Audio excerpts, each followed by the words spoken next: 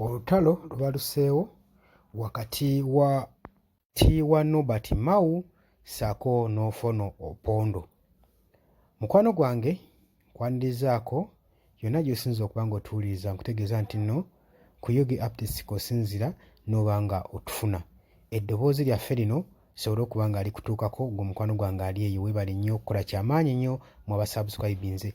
Naawe atanaakuba ng'osubscribinga kutegeeza nti genda mu maaso n'okusubscribinga tusobole okuba nga tukutuusaako information yonna ng'wetaaga okumanya mu ggwanga lyo gwe mukwano gwange ali eyo eyeekuumira ku Yugi Updates TV.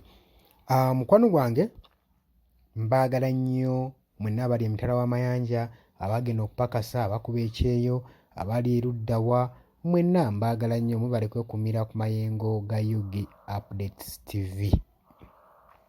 Kakati mukulu Nobert Mao wa DP, Ssenkulu wa DP, yali amanyi nti ke bamuwadde obwa minisita atuuse. Simanyi ekigendererwa kye kyali kitya, naye simanyi bw'oyagala ate kuggyako gavumenti ng'ate gavumenti ekuwadde ekifo muli eri mujja akawogo ate n'osinzirira omwo n'ogalimba abantu era n'obakakasa nnyo nti bakulonde nti ojja kuba osobola okuggyako pulezidenti Yoweri Kaguta Museveni, omuntu akugabirira akuliisa. Kino kibanga musege kwesimbawo mu ndiga nga gusaba akalulu nti singa banaagulonda gwo gujja kukyuka gubeere gu vegetarian, gutandike okuba nga gulya ku greens, tegujja kuddamu kubanga gulya fresh. Kati kino wenkitwalanga kakati Mao bw'obanga n'ekibiina kyo kyobulaba mwenna abalonda abaka bava mu kibiina kino nammwe mbeewuunya nnyo, nammwe musaana kwegendereza. Kuba toyinza kuŋŋamba nti nno ekibiina ky'olonze kiri mu kuggyako kibiina ekya dikiteeta, ekibiina ekitambuza obubi eggwanga, ate n'olondamu omubaka ate n'oddira n'osala eddiiro n'odda eri ne bakuwa ekisenge eri ewali mulabewo gw'olwanyisa muga naye ngenda kwebaka wano naye byokola sibyagala nno, eno woolya emmere ye baleeta capati woozirya. Kati obwo tebuba bukulembeze kuba kuwuddiisa bantu nakubamanyira biseera. Nze ŋŋamba mukulu Nobert Mao wandibadde owummula buwummuzi bya bufuzi singa ziba zaasera oba n'ogamba bugambi nti ekibiina kya DP okitunze mu NRM ne kifuukira ddala kya NRM ne mulema tumalira budde kuba ffe abamu n'abantu bakoowu bali ku nsonga zizimba ggwanga bala tebali mu nsonga za katemba na kazannyiikirizi. Kaakati bano bali mu kwerumaŋŋana bokka na bokka, beebuzaabuza na bokka na bokka, bagezaako tufuulinga naye ffe tulaba. Ofono Opondo yasinzidde n'agamba n'alangira Mao okuba nti akolokota gavumenti ya Mwai Museveni ate nga ye yamulonda okumuwa obuweerero okubeerako minisita. Namuwa okuva bamuwa obwa minisita yeefudde omugezi alowooza yekayika yategeera mu gavumenti ya Mwai Museveni bonna be yalonda.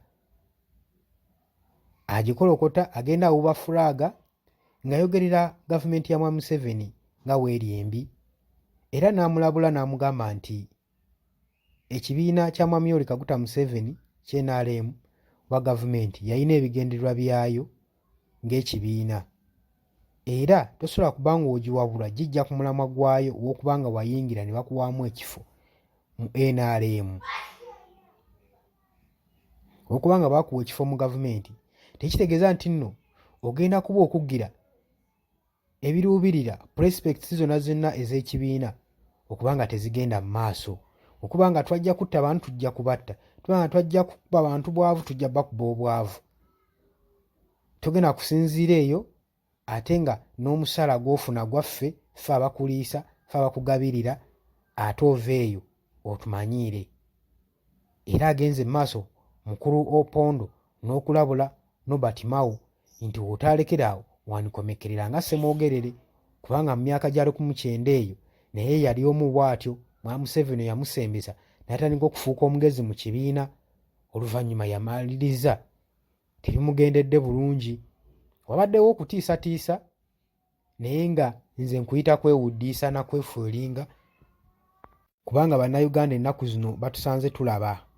batusanze tuli bulindaala, ensonga zonna tusobola okuba nga tuzimanya ezigenda mu maaso. Tumanya ani ogw'okuwa akalulu, ani gwe tutagenda kuwa kalulu.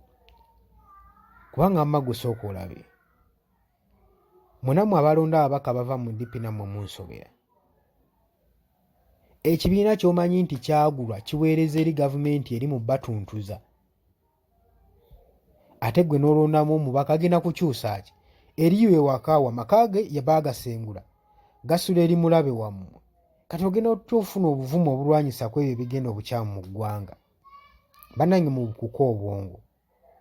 Kati ndowooza mulaba jjojjo ly'abalamu ne lumu wa DP naye yavuddeyo n'aleeta ensonga ye ng'alaba ntuufu nti leader of opposition asaanidde okuba ng'alondebwa bamembers ba parliament, talina kuba nga selectingibwa kibiina ekikulembera opposition mu ggwanga.